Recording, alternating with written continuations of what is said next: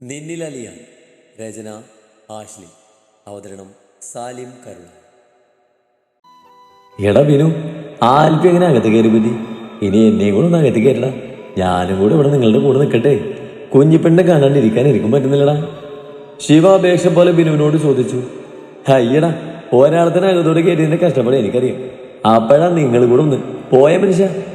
ബിനു ശിവയോട് ചൂടായി. മതി മതി, ദേ ഇനി അധികം അവിടെ നിന്ന് സംസാരിക്കണ്ട. വാ, അകത്തേക്ക് പോവാം. എനിക്ക് കുഞ്ഞിനെ കാണണം. ശിവ, നീ പോയി ഞാൻ പറഞ്ഞ കാര്യം അത്യാവശ്യം ചെയ്യേ. അതോർത്ത് നീ വറീഡാവണ്ട ആൽഫി. അത് ഇന്ന് തന്നെ നടക്കും. നീ ചെല്ല്. ശിവ ആൽഫിയുടെ തോളിൽ തട്ടി പറഞ്ഞതും ആൽഫി അവനെ നോക്കി ചിരിച്ചിട്ട് ഫ്ലാറ്റിനകത്തേക്ക് കയറിപ്പോയി. എന്താ ശിവ സാറേ, എന്ത് കാര്യം ചെയ്യാൻ പറയുന്നേ? ആൽഫി അകത്തേക്ക് പോയതും വിനു ശിവയോട് തിരക്കി. അതെന്താണെന്ന് പറയാം, പക്ഷേ അതിനു മുമ്പ് വേറൊരു കാര്യമുണ്ട്. ശിവ പറഞ്ഞതും വിനു എന്താന്ന രീതിയിൽ അവനെ നോക്കി.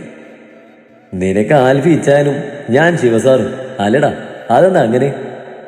അത് ശിവസാറേ, ഞാനെങ്ങനെയാ? ശിവയുടെ ചോദ്യം കേട്ടതും വിനു ഒന്ന് വിക്കി. നീയും ആൽഫിയും തമ്മിലുള്ള ബോണ്ട് എനിക്കറിയാം. അവൻ നിന്നെ സ്വന്തം കൂടപ്പുറപ്പായാണ് കാണുന്നത്. അതുപോലെ നിനക്കവൻ ഇച്ചായനാണെന്നും അറിയാം. ആൽഫിയെ പോലെ തന്നെ ഇനി ഞാനും നിനക്കുണ്ടാവും വിനു. എൻ്റെ നീയോട് ഞാനൊരിക്കലും പറഞ്ഞ പോലെ പറയുക, ചേട്ടനായിട്ട് തന്നെ കാണാം എൻ്റെയും. വിനുവിൻ്റെ തോളിൽ പിടിച്ച് ശിവ അത് പറഞ്ഞതും വിനുവിനെ കെട്ടിപ്പിടിച്ചു. താങ്ക്സ് ശിവേട്ട. വിനുവിനെ പുറന്നു പറഞ്ഞതും ശിവ ചിരിയോടെ അവനെ ചേർത്ത് പിടിച്ചു. Leon, Leon. അവൾ വീണ്ടും അവനെ വിളിച്ചു. എന്നാൽ കയ്യിലിരിക്കുന്ന ടേബിളിലേക്ക് തന്നെ കണ്ടെന്നിട്ട് അവളുടെ വിളി കേട്ടും കേൾക്കാത്ത പോലെ അവൻ അതേപടി ഇരുന്നു. ഓ, മാസിൽ പിടിച്ച് ഇരിക്കുവാണോ? ഇപ്പൊ കാണിച്ചു തരാം. അവന്റെ ഇരിപ്പ് കണ്ട് അവൾ കുറുമ്പോടെ ഓർത്തു. ഇച്ചായ. ഒരു പുഞ്ചിരിയോടെ അവൾ നീട്ടി വിളിച്ചതും അവൻ മുഖമുയർത്തി നോക്കി. അപ്പൊ വേണമെന്ന് വെച്ചാ നിനക്ക് അങ്ങനെ വിളിക്കാൻ അറിയാം. ആലടി കുരിപ്പേ. ടാബ് താഴെ വെച്ചിരിക്കുന്ന ബീൻ ബാഗിൽ നിന്നും എഴുന്നേറ്റ് അവൾക്കടുത്തേക്ക് വന്നവൻ ചിരിയോടെ പറഞ്ഞു. അതോ, നിങ്ങളെ ഞാനേ എനിക്ക് തോന്നും പോലെ വിളിക്കും. കേട്ടോടൂ നാസ്രാണി.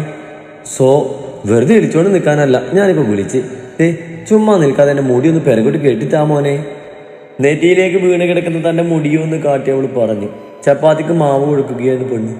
ലിയോണൊരു ചിരിയോട് അവളുടെ പുറകിലേക്ക് നിന്ന് അഴിഞ്ഞു കിടക്കുന്ന അവളുടെ മുടി ഒതുക്കി ഒരു ക്ലിപ്പിട്ട് വെച്ചു. കൂട്ടത്തിലൂടെ പിൻകഴുത്തിലേക്ക് ആ ചുണ്ടുകളൊന്ന് പതിക്കുകയും ചെയ്തു. ചേ പോടാ നാസറാണി. അവൾ പുറങ്ങായി മുട്ടുകൊണ്ട് അവനെ തള്ളിയതും ഒരു ചിരിയോട് അവൻ പുറകിലേക്ക് ആഞ്ഞുപോയി. വീടാ. കണ്ണുകൾ ആഞ്ഞു വലിച്ചു തുറന്ന ലിയോൺ വേദനയുടെ ഉച്ചത്തിൽ അലറി. ആയിസുമുറിയുടെ 4 ചുവരുകളിൽ അവന്റെ ശബ്ദം ഉച്ചത്തിൽ പ്രതിധ്വനിച്ചു. അവന്റെ ഒച്ച കേട്ട ഡ്യൂട്ടി നേഴ്സ് ഓടി വന്നു. വീണ, എന്റെ വീണ. കിടന്ന കിടപ്പിൽ കണ്ണുകൾ അങ്ങോട്ടും ഇങ്ങോട്ടും പരതി വിറച്ച് അവൻ വീണ്ടും ആ പേര് വിളിച്ചുകൊണ്ടേയിരുന്നു. ഏയ് hey Leon, relax relax. Doctor doctor please come. ആ നേഴ്സ് അവനെ പിടിച്ച് സമാധാനത്തിൽ പറഞ്ഞുകൊണ്ട് എമർജൻസി ബട്ടൺ അമർത്തി ഡോക്ടർ വിളിച്ചുകൊണ്ടേയിരുന്നു. ഏതാനും നിമിഷങ്ങൾക്കകം ഡോക്ടർ ഓടിയെത്തി. അപ്പോഴും അവൻ കൈകൾ അനക്കി. വീണ വീണ എന്ന് ആഞ്ഞു വിളിച്ച് കുതറിക്കൊണ്ടേയിരിക്കുകയായിരുന്നു. Relax Leon, relax. Okay, Veena വരും കേട്ടോ, വീണ വരും. അവനെ സമാധാനപ്പെടുത്തി ഡോക്ടർ പറഞ്ഞു. ലിയോൺ ആ കിടപ്പിൽ ഡോക്ടർ നിറഞ്ഞ് തന്റെ കണ്ണുകളാലും നോക്കിയ ശേഷം വീണ്ടും ബോധം മറിഞ്ഞ് മയങ്ങിപ്പോയി. എന്തായാലും ഒരു സെഡേഷൻ കൊടുക്കുക. പിന്നെ ലിയോന്റെ റിലേറ്റീവ്സിന് ആരെങ്കിലും ഉടനെ വിവരം അറിയിക്കണം. കണ്ണുകളടച്ച് കിടക്കുന്നവനെ നോക്കി ഡോക്ടർ അടുത്ത് നിൽക്കുന്ന നഴ്സിനോടായി പറഞ്ഞു. വിനുവിന്റെ ഫ്ലാറ്റിൽ ആകെ 3 മുറിയുണ്ടായിരുന്നുള്ളൂ. അതിലൊന്ന് വിനുവും ഒന്നിൽ നീയേയും കുഞ്ഞിപ്പെണ്ണുമാണ്. മറ്റൊരു മുറി വിനുവിന്റെ ചേച്ചി പണ്ട് ഉപയോഗിച്ചതാണ്. ആ മുറി അടഞ്ഞു തന്നെ കിടക്കുകയാണ്, ആരും ഉപയോഗിക്കാതെ. വിനു ആ മുറി ആൽഫിക്കായി കൊടുത്തു. അവൻ സോഫയിൽ കിടന്നാണെന്ന് പറഞ്ഞതാണ്. എന്നാൽ വിനു സമ്മതിച്ചില്ല. സാറ് രാവിലെ തന്നെ ഹോമിലേക്ക് തിരികെ പോയിരുന്നു. 2 ദിവസത്തിൽ കൂടുതലായില്ലേ അവിടുന്ന് മാറി നിൽക്കുന്നത്. അതുകൊണ്ട് അവിടെ പോയിട്ട് വരാമെന്ന് പറഞ്ഞിട്ടാണ് അവൻ പോയത്. നിയോയോട് സാറെ യാത്ര പറയാൻ ചെന്നപ്പോൾ അവൾ ബാത്റൂമിലായിരുന്നു. അതുകൊണ്ട് പോയിട്ട് വരാമെന്ന് പറഞ്ഞവർ ഇറങ്ങി. ഈ സമയം കൊണ്ട് ആൽഫിക്കുള്ള റൂം വിനുവും ആൽഫിയും കൂടി സെറ്റാക്കി എടുത്തു. നീയെ ഫ്രഷായി മുറിയിൽ നിന്ന് ഇറങ്ങിയതും കണ്ട് സോഫയിലിരിക്കുന്ന ആൽഫിയെ അവളെ കണ്ട് അവൻ നോക്കിയെങ്കിലും പെട്ടെന്ന് അവനിൽ നിന്നും തലപിടിച്ച് അവൾ നേരെ കിച്ചണിലേക്ക് പോയി. ആൽഫി എഴുന്നേറ്റ് വേഗം നീയയുടെ മുറിയിലേക്ക് ചെന്നു. കുഞ്ഞിനെ കാണണം അവന്. ഇന്നലെ രാത്രിയിൽ കുഞ്ഞിന്റെ കരച്ചിൽ കേട്ട് അവന്റെ ചങ്ക് പൊടിഞ്ഞിരുന്നു. അവളെ ഒന്ന് കാണാനോ എടുക്കാനോ കഴിയാതെ നീയയുടെ മുറിയുടെ വാതിൽക്കൽ വേദനയോട് ഇരുന്ന് നേരം വെളുപ്പിക്കുകയായിരുന്നു അവൻ. കാട്ടിലേക്ക് കിടന്നുറങ്ങുന്ന കുഞ്ഞിപ്പെണ്ണിന്റെ അരികെ ചെന്ന് അവനിരുന്നു. നെറ്റിയിൽ തുണിയൊക്കെ വെച്ച് കിടക്കുന്ന കുഞ്ഞിനെ കാണുക വിഷമം തോന്നി. അവൻ പതിയെ അവളുടെ നെറ്റിയിലും കഴുത്തിലും ഒക്കെ തൊട്ട് ചൂട് നോക്കി. പെട്ടെന്ന് ആൽഫിയുടെ ഫോൺ അവന്റെ പോക്കറ്റിൽ നിന്ന് ഉച്ചത്തിൽ അടിച്ചതും കുഞ്ഞിപ്പെണ്ണ് ഞെട്ടി ഉണർന്നു. അവൻ വേഗം ഫോൺ തപ്പിത്തടഞ്ഞെടുത്ത് ഓഫ് ചെയ്തു. എന്നാൽ അപ്പോഴേക്കും കുറുമ്പി ഉറക്കം വിട്ട് കരയാൻ തുടങ്ങി. കണ്ണുകൾ തുറക്കാതെ 2 കുഞ്ഞിക്കൈകളും ചുരുട്ടി പിടിച്ച് അവൾ കരഞ്ഞു. വാവേ, ഇല്ലട പൊന്നാ, എന്നതിന് എന്റെ പൊന്നി കരയുന്നേ. അവൻ വേഗം അവളെ തട്ടിക്കൊടുത്ത് പറഞ്ഞതും കുഞ്ഞൊരു നിമിഷം നിശബ്ദയായി. അപ്പേ. തന്റെ അപ്പന്റെ ശബ്ദം കേട്ട കുഞ്ഞി കണ്ണുകൾ പതിയെ തുറന്ന് അവനെ നോക്കി വിളിച്ചു. ആടാ പൊന്നെ, അപ്പയാ. ആൽഫി ചിരിച്ചുകൊണ്ട് പറഞ്ഞതും കുഞ്ഞിപ്പെണ്ണ് പപ്പയെന്ന് വിളിച്ച് 2 കൈയും പൊക്കിയതും ആൽഫി അവളെ വാരിയെടുത്ത് നെഞ്ചിലേക്ക് കിടക്കി. അവളുടെ ഉണ്ടക്ക് അവൾ ഉമ്മും കൊടുത്തു. പാപ്പേ, പാപ്പ എവിടെയായിരുന്നു? മോലെ അമ്മയോട് ചോദിച്ചല്ലോ, മോക്ക് പാപ്പയെ കാണന്. അപ്പൊ അമ്മ പായ. അപ്പൊ ഇല്ല, പാപ്പ പോയെന്ന്. പാപ്പ മോലെ വിറ്റ് പോവോ? തന്നെ നെഞ്ചിൽ കിടന്ന് നിഷ്കളങ്കമായി ചോദിക്കുന്ന തന്റെ കുഞ്ഞിനെ കണ്ട് അവന്റെ ഉള്ളു പിടഞ്ഞു.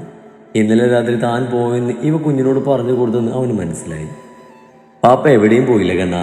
അമ്മ കുഞ്ഞിനെ കളിപ്പിക്കാൻ ചുമ്മാ പറഞ്ഞതല്ലേ അത്. പാപ്പയുടെ പൊന്നിനെയും അമ്മയെയും വിട്ട് പാപ്പന് എവിടേക്കും പോകത്തില്ല കേട്ടോ.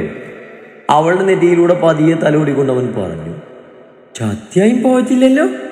ഇല്ലട മുത്തേ, പാപ്പ എൻ്റെ കുഞ്ഞിനെയും മോൻ്റെ മമ്മയെയും വിട്ട് ഇനി എവിടെയും പോകില്ല, സത്യം.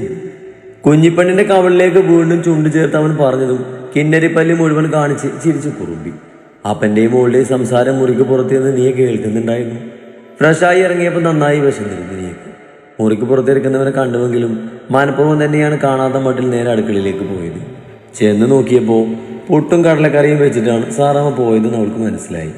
ഒരു പകുതി കുറ്റി പുട്ടും കുറച്ച് കറിയും എടുത്ത് കഴിക്കാനായി ഇരുന്നപ്പോഴാണ് മോളുടെ കരച്ചിൽ കേട്ടത്. പെട്ടെന്ന് ചാടി എന്നിട്ട് അവൾക്കരികിലേക്ക് ഓടാനായി തുടങ്ങിയപ്പോഴാണ് ആൽഫി മുറിയിലുള്ളത് ഓർത്തത്. പിന്നെ അകത്തോട്ട് കയറാതെ അവിടെ വെളിയിൽ അങ്ങ് നിന്നതാണ്. അവൾ നേരെ വീണ്ടും അടുക്കളയിലേക്ക് ചെന്ന് ഗ്യാസ് ഓൺ ചെയ്ത് ഫ്രിഡ്ജിൽ നിന്നും കുറച്ച് പാലെടുത്ത് തിളപ്പിക്കാൻ വെച്ചു. പിന്നെ അതിലേക്ക് കുറച്ച് ഓട്സ് കൂടി ഇട്ട് ഇളക്കി. അപ്പോഴേക്കും ആൽഫി കുഞ്ഞിപ്പെണ്ണിനെയും ചേർത്ത് പിടിച്ചുകൊണ്ട് അങ്ങോട്ടേക്ക് വന്നു. അമ്മ. കുഞ്ഞിപ്പെണ്ണ് ആൽഫിയുടെ തോളിൽ കിടന്ന് വിളിച്ചതും അവൾ തിരിഞ്ഞു നോക്കി. മോക്ക് വിശക്കുവാ? ദാ വരുന്നു കുഞ്ഞൂസേ, ഈ പാലൊന്ന് തിളച്ചോട്ടെ. അമ്മ ഇപ്പൊ എന്റെ പൊന്നിന് പാപ്പം തരാട്ടോ. അജിന് വേയ പാപ്പം. ആ പാല് മോൾക്ക് വേണ്ട. നമുക്ക് പാലുണ്ടല്ലോ, മോൾക്ക് അമ്മയുടെ പാല് മതി. ആൽഫിയുടെ തോളിൽ കിടന്നുകൊണ്ട് തന്നെ കുഞ്ഞിപ്പെണ്ണ് ഇത്തിരി ഗൗരവത്തിൽ ചോദിച്ചതും നീ അവളെ ഞെട്ടി നോക്കി. ആൽഫി ചുണ്ടുമടക്കൊന്ന് ചിരിച്ചു. അശോ, വാവക്കിപ്പോ വാവല്ലേ? അപ്പതാ ഈ പാല് കുടിച്ചില്ലെങ്കിൽ വാവ് കൂടും. അപ്പൊ എന്റെ പൊന്നിനെ വീണ്ടും ഡോക്ടറെ അടുത്ത് കൊണ്ടുപോകും. അത് വേണോ? ഉച്ചു വേണ്ട. നീയെ പറഞ്ഞത് കേട്ട് പേടിച്ചു പോയ കുഞ്ഞിപ്പെണ്ണ് ആൽഫിയുടെ തോളിൽ കൂടി കൈയിട്ട് അവന്റെ നെഞ്ചിലേക്ക് ചാഞ്ഞ് അവനെറുകെ പിടിച്ചു. ആ, അങ്ങനെയാണെങ്കിൽ അമ്മയുടെ കുഞ്ഞ് അമ്മ ഉണ്ടാക്കുന്ന പാപം കഴിക്കണം കേട്ടോ. നീയെ വീണ്ടും പറഞ്ഞത് കുഞ്ഞിപ്പെണ്ണ് അനുസരണയോടെ തലയാട്ടി. മോളുടെ ചോദ്യത്തിൽ പെട്ടെന്നൊന്ന് പതറിയെങ്കിലും കുഞ്ഞിനെ പറ്റിച്ച സമാധാനത്തിൽ നീ ഒന്ന് ശ്വാസം വിട്ടു.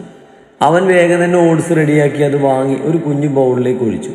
ഒരു ചെറിയ പഴുത്ത റോബസ്റ്റ പഴം എടുത്ത് ചെറുതായി അരിഞ്ഞ് അതിലേക്ക് ഇട്ടു. 2 ദിവസമായി കുഞ്ഞിപ്പെണ്ണിന്റെ പാല് തന്നെയാ കുടിക്കുന്നേ. സോളിഡ് ഫുഡ് ഒന്നും ചെന്നിട്ടില്ല പുള്ളി.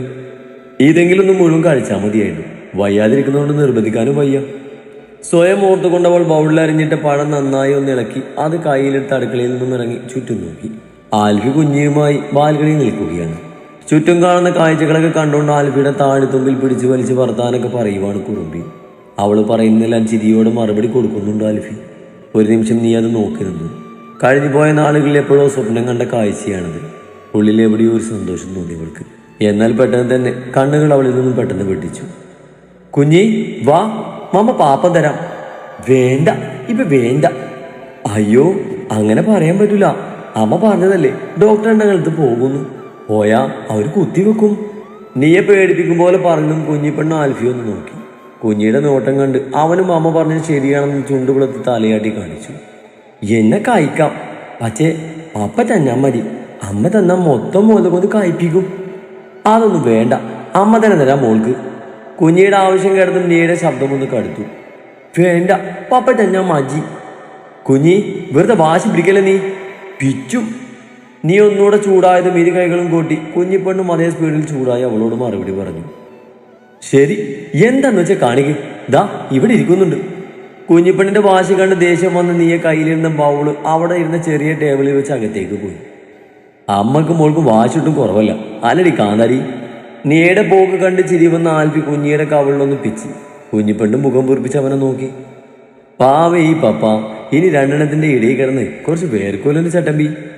അവൻ കുഞ്ഞിന്റെ ഉണ്ട കവിളിലൊന്ന് മുഖം വരച്ചതും കുഞ്ഞിപ്പെണ്ണ് പൊട്ടിച്ചിരിച്ചു.